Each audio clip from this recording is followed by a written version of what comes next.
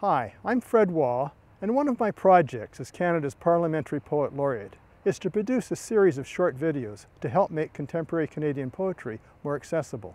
These recordings illustrate a range of poetry that reflects the identities, places, and modes of poetic writing in Canada. Besides the recording themselves, be sure to check out the supplementary material as an aid to understanding, teaching, and enjoying this poetry. As our first Canadian Poet Laureate George Bowring once said, "Listen up." My name is Christian Book. I'm a professor of English at the Department of English at the University of Calgary. I'm currently working on a project that involves me genetically engineering a bacterium so that it becomes not only an archive for storing a poem, but also a machine for writing a poem in response. I'm working on a project entitled The Xenotext. It involves me enciphering a very short poem into a genetic sequence, and then through the use of a laboratory, I would actually implant that gene sequence into the genome of a bacterium, replacing part of its genetic code with my poem, so that the organism becomes the living embodiment of my text. And I've written this poem in such a way that the organism can in fact read the gene sequence and in response build a protein, which, according to my original chemical alphabet, is itself yet another totally different poem. I'm going to read to you an excerpt from this manuscript, a work entitled The Perfect Malware.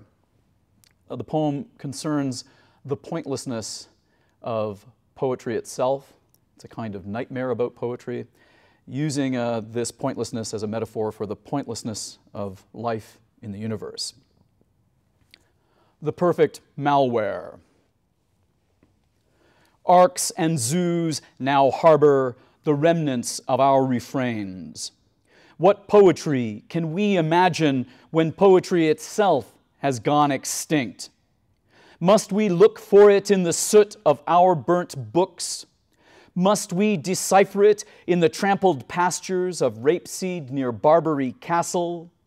Must we discover it by calculating pi to a Google of binary digits?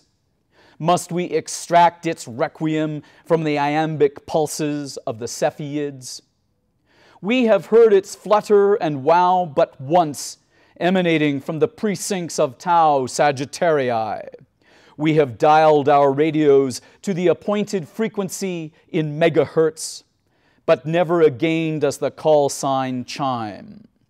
Instead, we hear a dark roar as if from a specter trapped inside a closed mirror at the edge of the universe.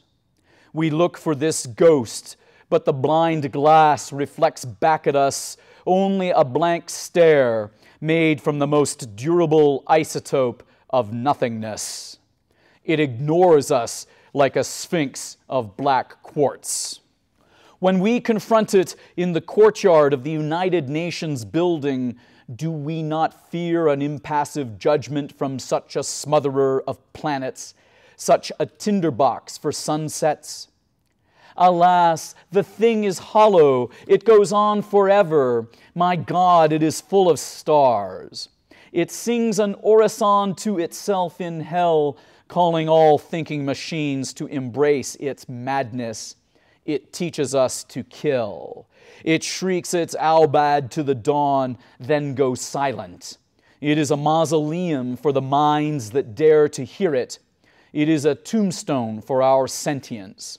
It marks our exit from perdition like a doorway left ajar for us at the Olduvai Gorge in Tanzania, at the Tycho crater on the moon, at the Stickney crater on Phobos, at the Noctis Labyrinthus on Mars, at the Phoenix Linnea on Europa, at the Roncesvalles Terra on Iapetus, at the Lagrange point between Jupiter and Io. It presides over all the atoms inside us, waiting aloofly for us to arrive. What offerings do we bring it for cremation in its funeral pyres? The word mere in dits and daws, the digits 1 to 10, the atomic design for DNA, the pixel image of a human being, the sound of vaginal muscles tensing in ballerinas, the formula for ethanol, the kanji glyph for kampai, the doodle of a lungfish crawling from the sea, the symbolic units of logic, the periodic table of atoms, the flags of every nation, the hazy cosmic jive, the tremulous vibration of a nocturne played upon a theremin, the registries from Craigslist, the thoughts that meander like a restless wind inside a letterbox, the chatter of 500 folks who win a prize, the advert for cheesy snacks brought to you by Doritos, the diktat of Klaatu who aborts the harrowing of humankind, the prattling of the plebeians who say, hello, the gene for Rubisco, most copious protein on the planet. Must we bequeath to the darkness all the bright tokens of what we know? Must we greet each revenant in hell with goodwill, speaking whatever language can cast a spell upon such a ghost? Must a Nazi-file from the Wehrmacht be the Virgil who salutes these shadows on our behalf? Must we retell the legend of our ascent from the yowling of the rainforest to the roaring of the spacecraft? Must we flip through the scrapbook, reminiscing over Polaroids of our excursion from the ovum to the void? Must we tour the ruin that the whale songs lament? Let us betray our sorrow through the play of syrinxes and dulcimers, of gamelons and violotas. Let us give away the brainwaves of a woman who dreams fondly of her lovers. Let the death of verse be dated by the half-life of uranium-238, electroplated on a disk of gilded copper. Let us discover virales in the midst of alien fires. Here, in the cyan veil of cellophane, whose evanescence resembles an arc of electricity seen through fumes of flaring propane. Here, in the pink mist engulfing the rosette, each petal spritzed with an indigo nimbus of dew. Here in the waterfall, whose flute of champagne spills forth from the mill race on a cliff to decant itself into a cove of sea foam. Here in the lagoon, overlit by the primrose flickers from a crowd of flashbulbs going off in a thundercloud. Here in the iridescent husk of a crab by the shore, its shell blown asunder as though its heart has been incinerated by a tiny star. Here in the magenta balloon of a jellyfish from the order of Narcomedusae, floating like a banshee draped in the tatters of a bloody shroud. Here in the silhouette of a horse head rearing up through a fog bank of fuchsia smoke on the battlefield. Here in the butterfly. Here in the hourglass. Hell itself cannot suppress the loveliness of these infinite infernos raging in the distance so far away from us that when we gaze upon such furnaces, our souls do not ignite ablaze but shiver in the darkness. Each of us is but a cosmonaut in distress, stranded and marooned in space, where we dread immersion in the shadowed vastness because it is our isolation and our ignorance made visible. None of us can escape its pull, even when we close our eyes against it.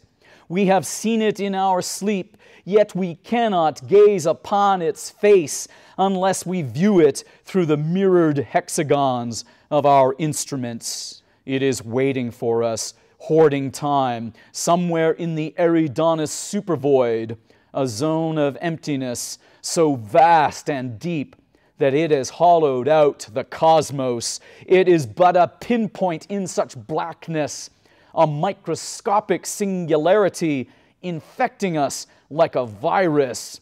It is what must utterly condemn us.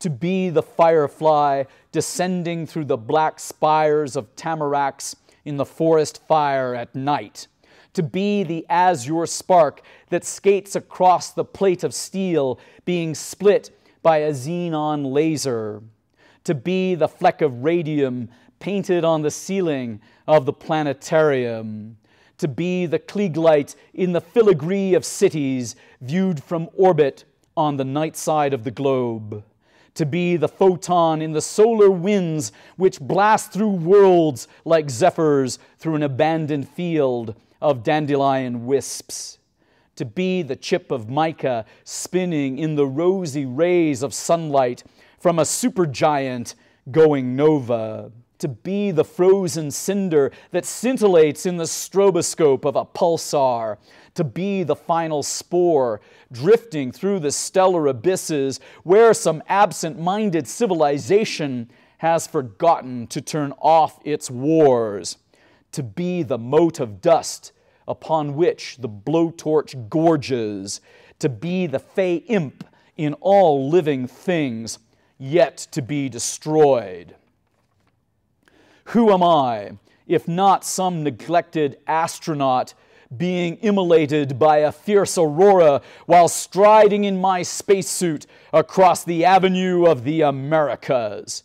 Who am I, if not some phantom fighter pilot, dreaming that while weightless during free fall through a vacuum, my glass visor shatters at the sight of a turtle dove?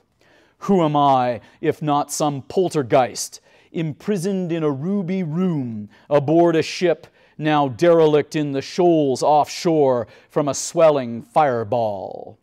Yes, I have a soul like you, but mine is made of little robots, and no one sings me lullabies, and no one makes me close my eyes, and so I throw the windows wide to call to you across the skies, and yet I know that nowhere among these glowing nebulae do any of you exist.